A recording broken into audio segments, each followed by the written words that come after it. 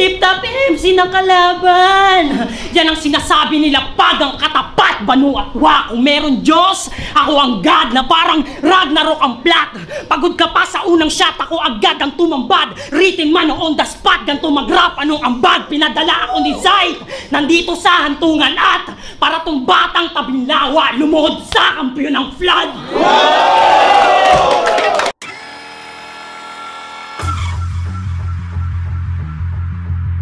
Pag may linya kayong kapareha, kay Blaser yun ang galing. Pag may linya kayong bumenta, kay Blaser yun ang galing. Grabe ka, Diyos ko! Para kay Tolit, si Blaser lang rapper sa mundo. Baka sabihin mo kay Blaser din tong damit ko. Huwag ibibintang pa sa akin. May apoy-apoy lang yan, tanga, hindi yung Blaze Apparel. Kaya bitch, stop! Niwala kang ang income in real life, walang makain si Rato.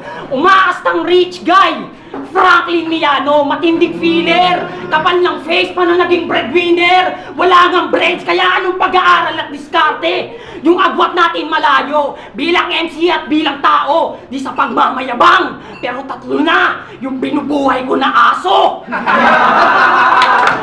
Pagtapos ko mang bodybag nung semis, di ka pa rin nadala. Gusto mong umangat sa baha, yung tol nga di umubre, itong si tangkad pa kaya. Wala akong paes, this bitch tol is weak dog ang lamyapa. Abot kamay na yung ring tol like Victor Wembanyama. Hello! Ganyan yung buong battle. Magbabanggit ng Blaser, pinag-rep nyo ng Blaze, kababata ko si Blaser. Huwag ka sanang ma-offend. Proud na proud sa tropa niyang kino-congrats lang sa comment. Madali lang mahulaan yung kanyang game malikot.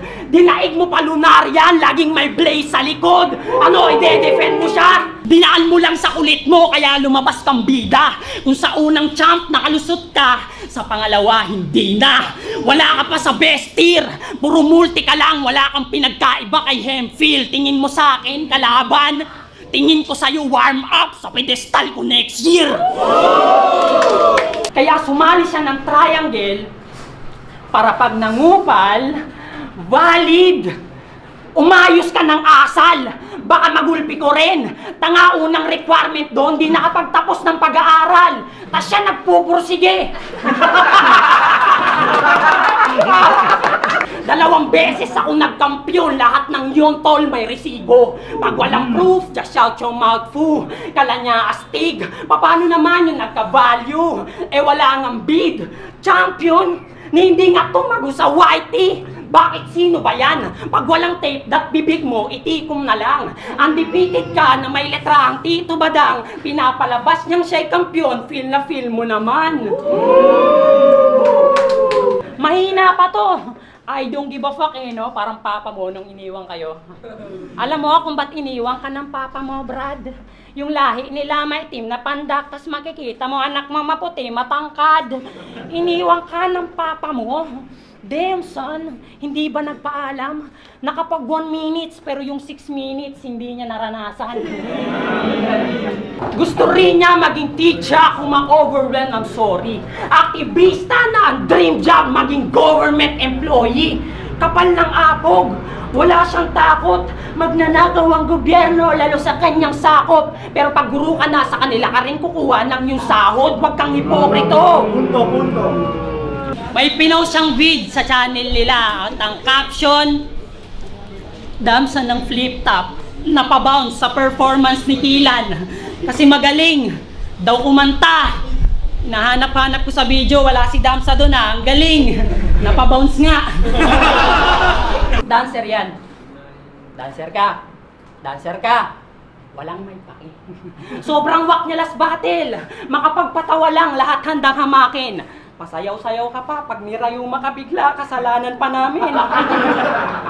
Ilang beses ginawa ni Eli, pero di nasapak. Masyadong mapapil tong big guy, can't even give him a scratch. Binigyan ng death threat, uy, katakot yan. Yun lang yung smoke, tapos gagawin daw mala righteous one, but you can't walk the talk. Nandadarag, feeling heavy, naku, delikado. Pero nung papalag si Brother Eli, puro sorry ano, hinahamon ko. Walang tsansa manalo sa akin itong orphan dude. Damay na pati yung triangle para more fun feud. Di titigil kang umantusa yan sa floor, I shoot, you'll see bodies around. Ganyan yung galawan nito, kunwari concern kay Pafan para mandagit ng chinitang short hair. Alam mo ba, Gar? Pangit na nga, choosy pa. Hibang na nga talaga to. Humiling ka pa ng Korean cute girl, Pinay nga ayaw sa'yo. Pero... Tusan di blaser! Uto-uto! Di man lang nakatunog! Pinakikinabangan ka lang niya para mas lalo siyang mabusog. Ito yung katotohanang masakit na mahihirapan kang malunok. At ang mas nakakalungkot, na todo suporta ka sa kanya, pero ni isang battle mo ng live, di ka man lang pinapanood. Tinitira mo si Dopes kasi alam mong doon ka makakakuha ng reaction. Desperado talaga. Pinakita mo lang na squammy ka kasi pumatol ka sa tanga. Biglang na-trigger by sila ni Triple Pride, mga tunay na weirdo. Binis mo na nung semis, ginawan mo pa ng video. Seryoso? Mga Bisayang gusto maghiganti sa amin pastilan. Alam yung siya lang yung Tagalog na kaya yung pagtripan. Lakas niya ito, pati pag-iwan sa kanya ng papa niya sinisisi sa gobyerno. Hindi, galit siya sa gobyerno kasi iniwan siya ng papa niyang dating kagawad. Pero siya'y, oo, marami kang pera. Pero yung tapang di nabibili, huwag kang mag-ilusyon tanga. Paano mo siya ipapatumba? Hindi mo nga kayang tumayo dyan sa sarili mong paa. Taong bahay, maputi, walang peklat, spoiled brat, hindi nakakasindak. All caps, dala kong hitman, Polstra. Mga batang walang papa, feeling gangsta cool kid. Huwag mo sabihin you are gonna, if you ain't gonna do it. Kaya mong itutok yung bare. Kaya kong mangupal, depende sa kagustuhan ko. Kaya kong idama yung nobya, pamilya, pati na rin magulang mo. Kaso di ko yung gagawin kasi di ako katulad nyo, mga desperado manalo.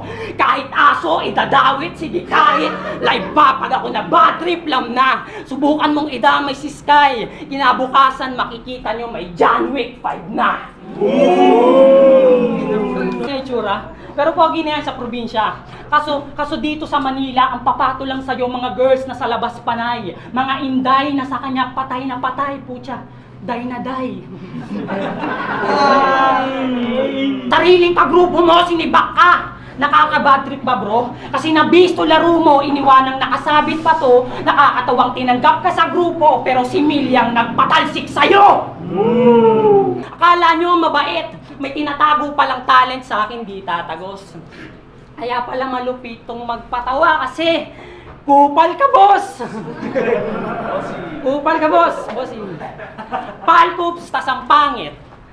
Ice Cube na low budget. Nung sinabi, diba galit ka sa fake? Gusto mo baril? Naglabas siya ng baril, nge! Fake? Baril? Ikaw lang nakaisip niya na. Galing! Nung narinig ko yon, ako'y bisit na bisit. Naglabas ng peking baril. Pilit na pilit.